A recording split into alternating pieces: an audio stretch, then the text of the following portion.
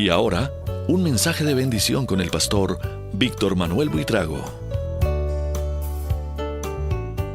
Primero de Samuel, capítulo 13, versículos 13 y 14. Entonces Samuel dijo a Saúl: locamente has hecho, no guardaste el mandamiento de Jehová tu Dios que él te había ordenado. Pues ahora Jehová hubiera confirmado tu reino sobre Israel para siempre. Mas ahora tu reino no será duradero. Jehová se ha buscado un varón conforme a su corazón, al cual Jehová ha designado para que sea príncipe sobre su pueblo, por cuanto tú no has guardado lo que Jehová te mandó. Versículo 14 dice: Jehová se ha buscado un varón conforme a su corazón. David, el hombre conforme al corazón de Dios. Hay títulos en la Biblia que se le dan a ciertos personajes, a ciertos hombres en la escritura que a uno le llaman la atención. Por ejemplo, a Abraham se le llama el amigo de Dios. A Moisés se le llama el siervo de Dios. Y a David se le llama el hombre conforme al corazón de Dios. ¿Cómo nos llamará Dios a nosotros, a cada uno de nosotros? Siempre he pensado que Abraham debió haberse sentido, imagínense, amigo de Dios. Y es Dios quien le dice, que no es que Abraham dice, Dios es mi amigo, no. Es Dios quien dice, Abraham es mi amigo. A Moisés se le llamó el siervo de Dios por ese carácter de servicio y de entrega que mostró en toda su vida, Moisés. Pero creo que es más impresionante que Dios le diga a alguien que usted es conforme a mi corazón. Eso debe ser. Entonces me puse a pensar, ¿será que nosotros podemos aspirar a llegar a ser conforme al corazón de Dios? Y aunque es un reto bien grande, yo creo que sí podemos llegar a ser conforme al corazón de Dios. Pero ¿por qué David es llamado el hombre conforme al corazón de Dios? Yo tengo aquí 4 aspectos en la vida de David donde se puede ver por qué él es llamado conforme al corazón de Dios. Ya leímos en 1 de Samuel capítulo 17, leímos la historia de David peleando con Goliat y derrotando a Goliat. Entonces ahí yo encuentro la primera característica de David para que David sea llamado el hombre conforme al corazón de Dios. David confiaba en que sus batallas eran peleadas por Dios. Suena bonito y suena que a veces religiosamente nosotros lo decimos, pero hay que ponerse uno en las sandalias de David. No puede decir uno en los zapatos porque no tenía zapatos, las sandalias de David, para entender por qué es grande que David confíe en que es Dios quien pelea sus batallas. Quiero que miremos un poquito la descripción que se hace en el versículo 45 y 47, 46 y 47, en 1 de Samuel 17, del gigante. Dice: entonces dijo David al filisteo: tú vienes a mí con espada y lanza y jabalina, mas yo vengo a ti en el nombre de Jehová de los ejércitos, el Dios de los escuadrones de Israel, a quien tú has provocado. Jehová te entregará hoy en mi mano, y yo te venceré y te cortaré la cabeza, y daré hoy los cuerpos de los filisteos a las aves del cielo y a las bestias de la tierra, y toda la tierra sabrá que hay Dios en Israel. Y sabrá toda esta congregación que Jehová nos salva con espada y con lanza, porque de Jehová es la batalla y Él os entregará en nuestras manos. Esa confianza de David en que la pelea la iba a dar Dios, no David, Dios. Un poquito más atrás viene la descripción de Goliat. Goliat era un gigante que venía súper armado contra el ejército de Israel. En este caso, contra David. Goliat medía aproximadamente 3 metros 20 centímetros. El pueblo judío tiene un promedio de estatura más o menos de unos 70, para hablar así, es unos 70. Piense en David. Aparte de eso, la Biblia describe a David como más menudito que los demás, porque cuando lo ve Goliat lo desprecia al instante. Enfrentarse con un gigante de 3 metros, 20 centímetros, no es algo que lo anime a uno mucho, ¿verdad? Tenía una pechera, una malla que era tejida en bronce. Esa malla que tenía este hombre pesaba 57 kilos, era pesadita la cota que dice ahí la Biblia, la malla que tenía aquí en el pecho. Traía un casco, también en bronce, que le cubría toda la cabeza, la frente, y traía una bajadita aquí que le cubría la nariz y los pómulos. ¿Los han visto? Lo único que se le veía a Goliat eran los ojos y la boca, y una parte del mentón. Todo lo demás de su cabeza estaba cubierto. Una lanza, que la punta de la lanza pesaba 7 kilogramos, la sola punta de la lanza. Y dice que la lanza era como el asta de un telar, o sea, era una cosa gruesa, impresionante, que donde hubiera lanzado esa lanza contra David, no queda ni el cuento de este muchacho. La espada, era la espada de un gigante. Dice el versículo 33, dice, cuando Saúl ve a David, mira lo que dice Saúl. Saúl dijo a David: no podrás tú ir contra aquel filisteo para pelear con él, porque tú eres muchacho. Ha sido complicado calcular la edad de David cuando peleó con Goliat. Pues algunos dicen que estaría más o menos entre los 16 y 17 años de edad, muchachito. Y eso es lo que ve Saúl. Le dice: tú eres apenas un muchacho. Y él es un hombre de guerra desde su juventud, es decir, ha sido entrenado para la guerra, ha sido un guerrero, y él vive de eso, de la guerra. Y tú, ¿qué, David? Yo soy pastor de ovejas. Yo soy pastor de ovejas.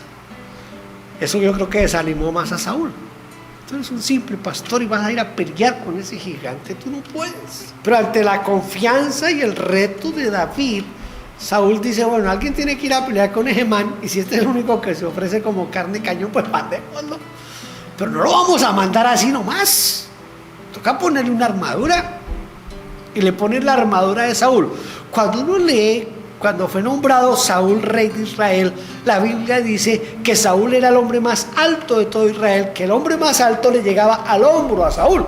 O sea que Saúl era grande. Le ponen la armadura de Saúl a David. Y David se pone eso, le ponen el casco y la espada, y yo a veces me imaginaba a David tratando de caminar con esa armadura, y trata de dar unos pasos y dice: no, pero con esto ¿quién puede andar? Y así como voy a enfrentarme a ese gigante, mejor tenga. Y se quitó la armadura del rey, se quitó el casco, todo lo que era del rey. Dijo: yo voy a pelear con lo que yo tengo y con lo que yo sé. Esa confianza de David hace que él confíe solo en lo que él tiene y en lo que él conoce. Se ha encontrado hermanos y hermanas que dependen de la experiencia del pastor o de los hermanos más espirituales o de cómo es la iglesia. Y los escucho con frecuencia hablar de: mi pastor se ayuna, mi pastor se ora, mi iglesia se ora, mi iglesia se ayuna. Y un día le dije a uno de ellos, de los que tanto me hablan así, le dije: bueno, eso es su pastor, es su iglesia, ¿y usted? ¿Usted ora? ¿Usted ayuna? ¿Usted lee la Biblia? ¿Usted busca a Dios como lo hacen ellos? ¿O usted vive con la experiencia de otros? No podemos vivir, hermanos, en la vida cristiana, no podemos vivir con la experiencia de otros. Tenemos que tener nuestra propia vivencia, nuestra propia experiencia. Yo no puedo vivir con la experiencia espiritual de mi esposa. Ella no puede vivir con mi experiencia espiritual. Yo le recalqué todo el tiempo a mis hijos: yo soy pastor, Dios me ha llamado al ministerio, pero ustedes no pueden vivir con mi experiencia. Ustedes tienen que tener su propia experiencia de salvación. Ustedes tienen que tener su propia experiencia con Dios. Ustedes no pueden vivir de mis experiencias. Y a las iglesias siempre les he dicho lo mismo: usted no puede vivir de la experiencia de nadie. Usted tiene que vivir de su propia experiencia. David entiende eso, y cuando le ponen en la armadura de Saúl, Esas son las armas de Saúl, esa es la experiencia de Saúl. Y David tiene que quitarse esas armas, esa experiencia de otro para decir, es mi propia experiencia la que yo voy a usar, es mi conocimiento de Dios el que va a surgir en este momento. Entonces David se quita eso y dice, yo no puedo con la experiencia de otros. David sabe que quien va a pelear es Dios, no él. Y así sea el más enano de Israel, así David sea el más pequeñito, el más menudo, David sabe que no depende de él, no depende de David, dependes de Dios. Hermanos, nuestras batallas espirituales, nuestras batallas con nuestras necesidades, no las vamos a ganar por nuestra experiencia ni por lo que nosotros somos, sino por lo que Dios actúa en nosotros y a través de nosotros. Eso es lo que hace David. David le dice al gigante, le dice, tú vienes a mí. ¿Cómo vienes? Vienes armado hasta los dientes. Vienes con escudo, espada, jabalina y lanza, pero yo vengo a ti en el nombre de Jehová de los ejércitos. Hay algo que a mí me llamó la atención. Versículo 42. Cuando el filisteo miró y vio a David, yo creo que echó a reír el filisteo.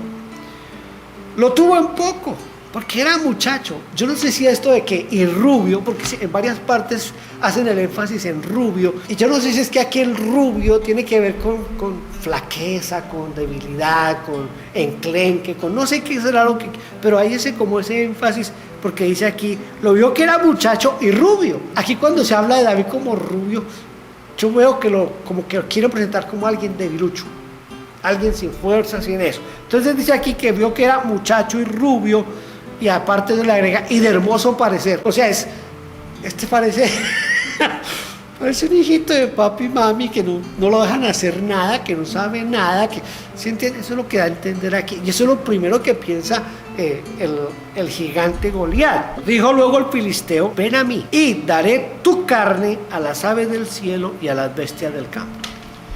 Note la amenaza de Goliat. ¿A quién va dirigida la amenaza de Goliat? Solo hacia David. ¿Sí se da cuenta? Ven a mí y yo te voy a matar y te voy a volver nada y te van a comer los chulos, los cuervos, las aves de rapiña, y lo que quede se van a comer las hienas. Pero está amenazando solo a David. ¿Cuál es el reto de David al gigante? Mira el reto de David. Jehová te entregará hoy en mi mano, yo te venceré y cortaré la cabeza y daré hoy, escuche, los cuerpos de los filisteos. La amenaza de David, la sentencia de David no va solo contra Goliat, sino contra todo el ejército de los filisteos. El gigante amenaza solo a David. David le dice, yo no te voy a matar solo a ti, sino que voy a matar a todos los filisteos. Sí, enclenque, escuincle dirían en México. Ese escuincle, amenazando a ese gigante que lo va a derrotar y que va a derrotar a todo un ejército. Se necesita tener toda la confianza puesta en Dios. Toda la confianza puesta en Dios. David sabe que es Dios quien va a pelear. Por eso David le dice al gigante, yo vengo a ti en el nombre de Jehová de los ejércitos. David le está diciendo al gigante, a Goliat, diciendo, mire, usted no ofendió a Saúl el rey. Usted no ofendió al ejército de Israel. Usted ofendió a Jehová de los ejércitos. Y por haberlo ofendido a él, la va a pagar cara. Yo me he encontrado muchas veces, hermanos, en serias dificultades. Y le cuento que hay momentos en que esos gigantes que vienen a mi vida me atemorizan. Y a veces no me dejan ver las posibilidades de Dios en mi vida. Pero cuando uno se decide a dejar que Dios obre, es una cosa impresionante lo que Dios hace. David está creyendo lo increíble. Es un gigante, 3 metros 20 centímetros. El solo escudo que lleva aquí, la pechera, el casco, la lanza. En las piernas llevaba también una esta de bronce, una lata de bronce. O sea, ¿por dónde le podía entrar una espada, una flecha de ese tipo? Por ninguna parte. Y David se atreve a decirle, yo te voy a entregar hoy a los cuervos, a las aves del cielo. David confiaba en Dios. Dice la Biblia que David fue al arroyo y comenzó a buscar piedritas, así, piedritas lisitas. Buscó piedras que fueran lisas. Yo encontré esta como con forma de corazón.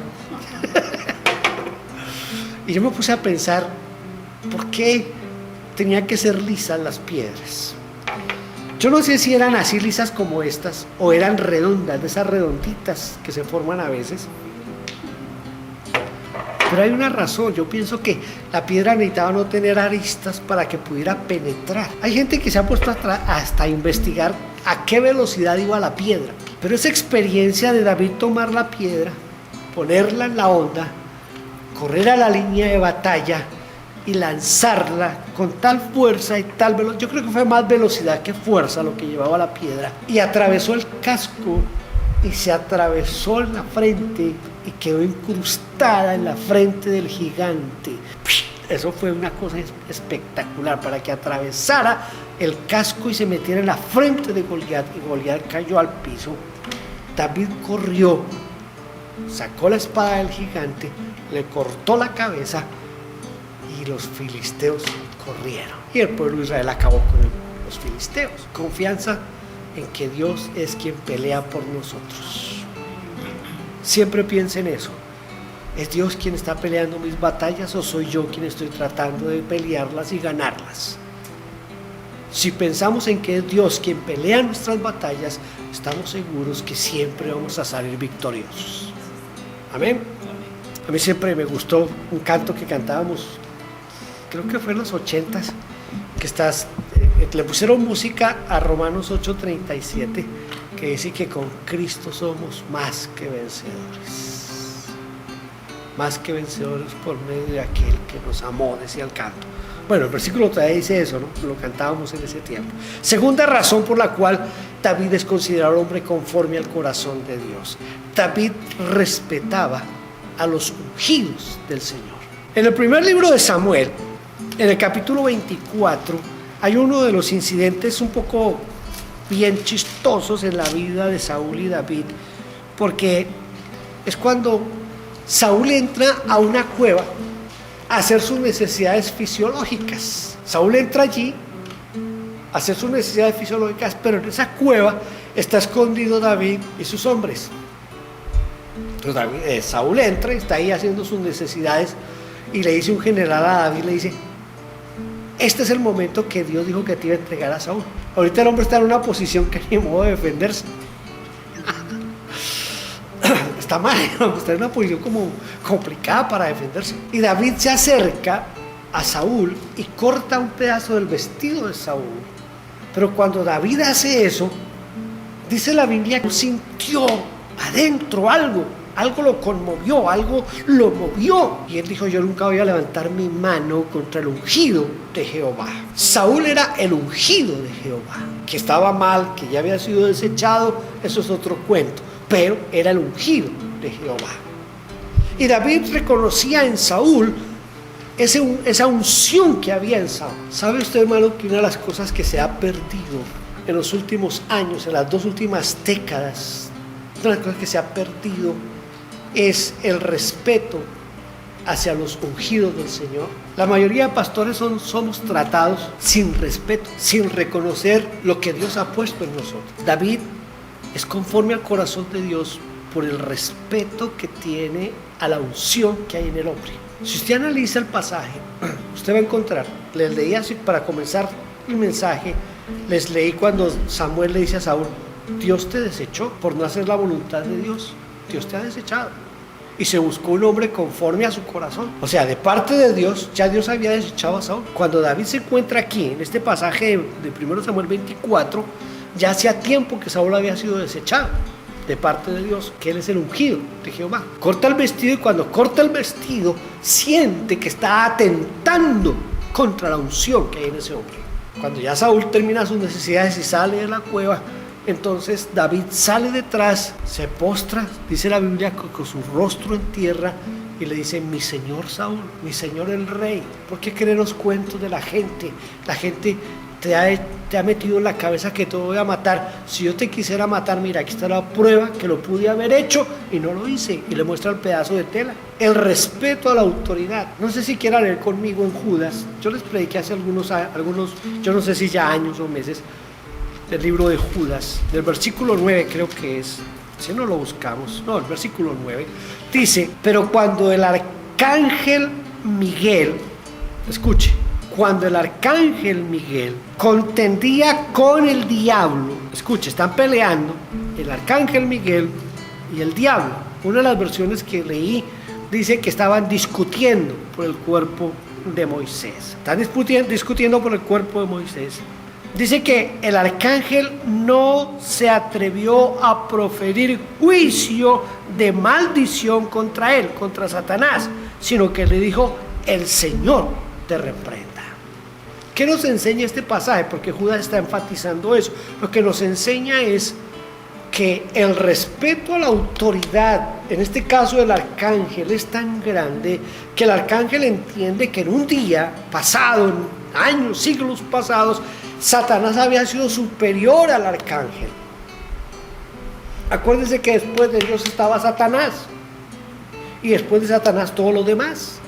Entonces el arcángel entiende que Satanás un día estuvo sobre él. Hay una, no es el término exacto, pero como si hubiera una unción especial en Satanás. No es una unción, sino más bien autoridad que había en Satanás antes. Y el arcángel lo reconoce y dice a Judas, no se atrevió a proferir maldición contra Satanás, sino que hace el arcángel. El arcángel dice, tú tuviste poder sobre mí, tú tuviste autoridad sobre mí, yo no te voy a maldecir, pero voy a buscar al mayor para que él sea quien te reprenda. Y por eso dice, el Señor te reprenda. Respeto a la autoridad. Eso es lo que hay en David, respeto profundo hacia la autoridad. Tenemos que respetar a las autoridades espirituales, pero también tenemos que respetar al policía. Pero ellos son la autoridad, independiente si la están haciendo bien, si la están ejerciendo bien o no, son la autoridad. Y yo tengo que aprender a respetar la autoridad que hay en ellos. Pablo dice que él lleva la pistola porque fue Dios quien le permitió llevar la pistola para que se ejerza la autoridad, para castigar al mal. Que él la ejerza mal es otro cuento, pero él tiene una autoridad. El primer ministro tiene autoridad. Nuestro alcalde, Ed Holder, tiene autoridad. Tenemos que respetarlos. ¿Quiere ser conforme al corazón de Dios, hermano?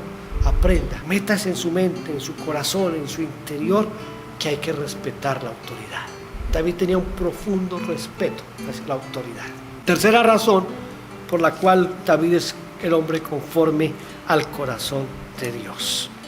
En el primer libro de Crónicas, en el capítulo 14, versículo 8 en adelante, oyendo los filisteos que David había sido ungido rey sobre todo Israel, subieron todos los filisteos en busca de David, y cuando David lo oyó, salió contra ellos. Y vinieron los filisteos y se extendieron por el valle de Refaín.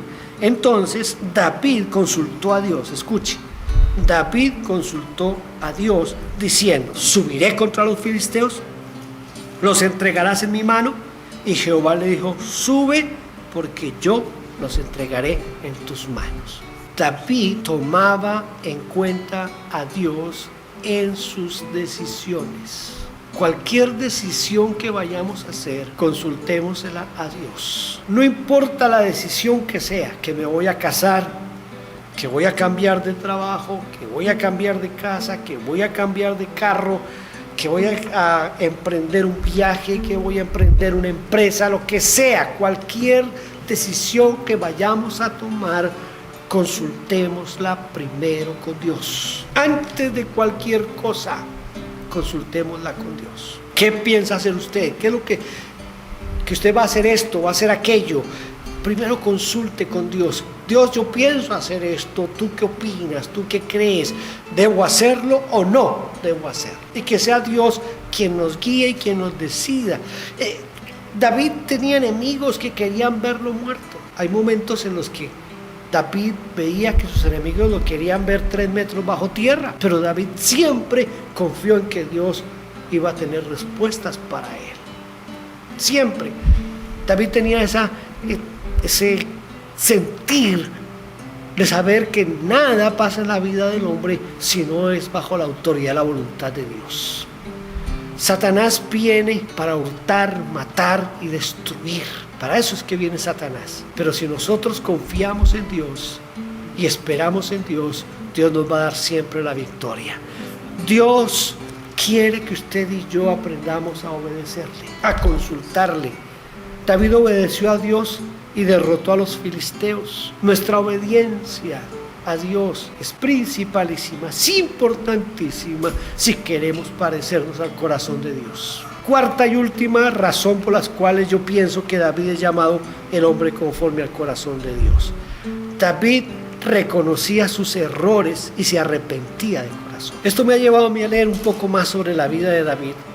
Encontré un artículo muy interesante porque es un análisis que le hacen a David lo hace un psicólogo, entonces lo hace desde el punto de vista de la psicología, de la psiquiatría, y muestran todos los traumas y todas las cosas que tenía David. Pero en medio de todo, David era una persona que siempre reconocía el pecado cuando pecaba, siempre. Ustedes me han escuchado hablar más de una ocasión del pecado de David y Betsabé. Cuando Natán viene a reconvenir a David por el pecado con Betsabé, David no busca excusas, David no busca culpables. David entiende que es él el culpable y se tira de rodillas y comienza a orar: ten piedad de mí, oh Dios, conforme a tu misericordia, conforme a la multitud de tus piedades, borra mis rebeliones, lávame más y más de mi maldad, límpiame de mi pecado. Y David reconoce, dice: porque en pecado he sido formado, en pecado me concibió mi madre. David entiende que el pecado es parte esencial del hombre y que no podemos escudarnos en decir que yo no tengo la culpa, que la culpa la tiene el diablo que me empujó, que la culpa la tiene ella por ser tan bonita, que la culpa... No podemos echarle la culpa a nadie, somos nosotros. Acuérdense lo que les decía cuando estudiamos la epístola de Santiago. El pecado sale de nosotros, de nuestras concupiscencias, de allá adentro de nosotros es que brota el pecado. ¿Sabe usted que cuando nosotros nos escudamos y tratamos de echarle la culpa a otros, en última lo que estamos diciendo es que yo no soy el culpable y que yo no soy pecador? Yo soy víctima de las circunstancias. Pero miren lo que dice Primera de Juan capítulo 1, versículos 8 y 10. Esos dos versículos son bastante fuertes para los que tratan de buscar siempre excusas en su pecado para no admitir que son pecadores. Primera de Juan capítulo 1 versículos 8 y 10 dicen: si decimos que no tenemos pecado, nos engañamos a nosotros mismos y la verdad no está en nosotros. El versículo 10 dice: si decimos que no hemos pecado, le hacemos a él mentiroso. ¿A quién? A Dios. Y su palabra no está en nosotros. Cuando Natán le dice a David: tú eres el hombre, David no le dice: pero Natán, considéreme, hermano, mire, yo salgo a la azotea y me encuentro a esa señora allá al otro lado completamente desnuda, bañándose, bonita. ¿Qué más podía hacer yo? Yo soy hombre, y esa mujer bonita, pues eso tocaba. La culpa es de ella. ¿Quién le manda a bañarse desnuda? Allá en la azotea donde todo el mundo la vea. Y poder haber echado miles de disculpas. No, David no hace eso. David se tira al piso a pedir misericordia. Y dentro de ese gemir de David, creo que es el versículo 10 del Salmo 51, no estoy seguro, pero David dice: no quites de mí tu Santo Espíritu. Mientras el Espíritu Santo, nosotros los cristianos lo vamos a tener siempre, pero mientras nosotros le hagamos caso a la voz del Espíritu Santo, tenemos oportunidad. La oportunidad se acaba cuando nosotros mismos apagamos la voz del Espíritu Santo, cuando no queremos oír la voz del Espíritu Santo, porque el Espíritu Santo es el que nos convence y nos redarguye de pecado. ¿Cómo actuamos ante el pecado? Disculpándonos en nuestra debilidad. Un coro que termina, la última parte del coro dice: espíritu de maldición, fuera; espíritu de adulterio, fuera; espíritu... ¿Alguna vez lo escuchó? Ya casi no son populares, porque son de la época de recién comenzó la nueva música cristiana. Ese coro, yo le decía a mi hijo esta mañana, esa última parte de ese coro es invención satánica, porque lo primero que busca Satanás es que usted no reconozca que usted es pecador. Entonces, cae en adulterio y usted dice: no, es que es un espíritu de adulterio. Entonces, ¿quién es el que tiene la culpa? No es usted, es el diablo, ese espíritu de adulterio. Usted es mentiroso, entonces dice: no, es que es un espíritu de mentira. Entonces, ¿quién es el culpable? No es usted, es el diablo. Entonces, ¿siempre el diablo es el culpable? No. Santiago dice: de dentro de nosotros, de nuestras propias concupiscencias, es que brota el pecado. Reconozcamos que somos nosotros los que fallamos. Somos débiles y fallamos. Caemos, vamos contra las normas de Dios. Mire, yo no sé cuánto demoré en la predicación, cuando les hablé sobre el mandamiento de santificar las fiestas, de guardar el domingo. Pero ustedes se han dado cuenta con qué facilidad violamos ese principio, ese mandamiento. Bueno, nosotros estamos hoy aquí, pero hay otros domingos que a veces no estamos. Y la Biblia no dice, el que guarde ciertos domingos, no, hay que guardar el día de reposo. Pero a veces lo violamos con una facilidad y tenemos disculpas. Y no lo reconocemos que es que estamos violando el mandamiento. No, hermano, pero es que con estos tiempos tan calientes, hermano, lago, la playa, un ratito de playa, además es un domingo al mes o un domingo al año, pero tenemos la disculpa. En el invierno, entonces, no, hermano, que es que con ese frío, esa nieve, que ni siquiera se puede manejar. En el otoño, no, hermano, con los aguaceros, ¿quién sale? Pues siempre hay una manera de escudar el pecado y tratar de disimularlo y decir que eso no es pecado. ¿Por qué no tener la actitud de David? Sí, Señor, yo he pecado, yo pequé hoy, yo pequé ayer, yo he pecado, Señor, perdóname, porque no debí de haberlo hecho, pero yo soy el único culpable, a mí nadie me obligó, fui yo quien quise hacerlo. Primera cosa que usted tiene que hacer, reconocer que es usted quien ha pecado, nadie lo obligó, nadie lo empujó, es usted quien pecó. Si empezamos por ahí, empezamos bien. Estas 4 características de David las podemos nosotros tener si las cultivamos. Confiar en que Dios quien pelea nuestras peleas, respetar la autoridad, confiar en el Señor en el momento de tomar las decisiones y reconocer nuestros errores, nuestros pecados. Si cultivamos eso, vamos a empezar a parecernos a David en cuanto a que David era el hombre conforme al corazón de Dios. Padre, yo te ruego en esta tarde que nos des un corazón como el de David, que era parecido al tuyo. Enséñanos a confiar en que tú peleas por nosotros y que las batallas no son nuestras, sino que son tuyas, Señor. Enséñanos también, Señor, a respetar y a reconocer la autoridad que hay en los otros, Señor, en esos que tú has puesto como autoridad sobre nosotros. Bendito eres. Que cada vez que vayamos a tomar una decisión, Señor, consultemos contigo y esperemos, Señor, que seas tú quien nos dirijas para tomar la decisión correcta. Y Padre, enséñanos a admitir el pecado que hay en nosotros y confesarlo, pedir perdón y pedir, Señor, tu ayuda para cambiar nuestra manera de vivir, Señor. Enséñanos que cuando nosotros pecamos no es culpa de nadie más sino nuestra, y que la solución está en la sangre de Jesucristo que nos limpia de todo pecado, Señor. No permitas que en ningún momento apaguemos la voz de tu Espíritu, que es la que nos convence de pecado, de justicia y de juicio, Señor. Ayúdanos, Padre. Queremos parecernos a ti. Queremos tener un corazón como el tuyo, Señor. Ayúdanos a ser así, de esa manera, porque queremos la perfección, queremos alcanzar los niveles más altos que tú nos puedas dar, Señor, no por lo que nosotros somos, sino por tu gracia en nosotros, Señor, tu fuerza en nosotros, tu capacidad en nosotros, tu santidad en nosotros, Señor. Ayúdanos, Señor, en el nombre de Cristo Jesús. Amén. Amén.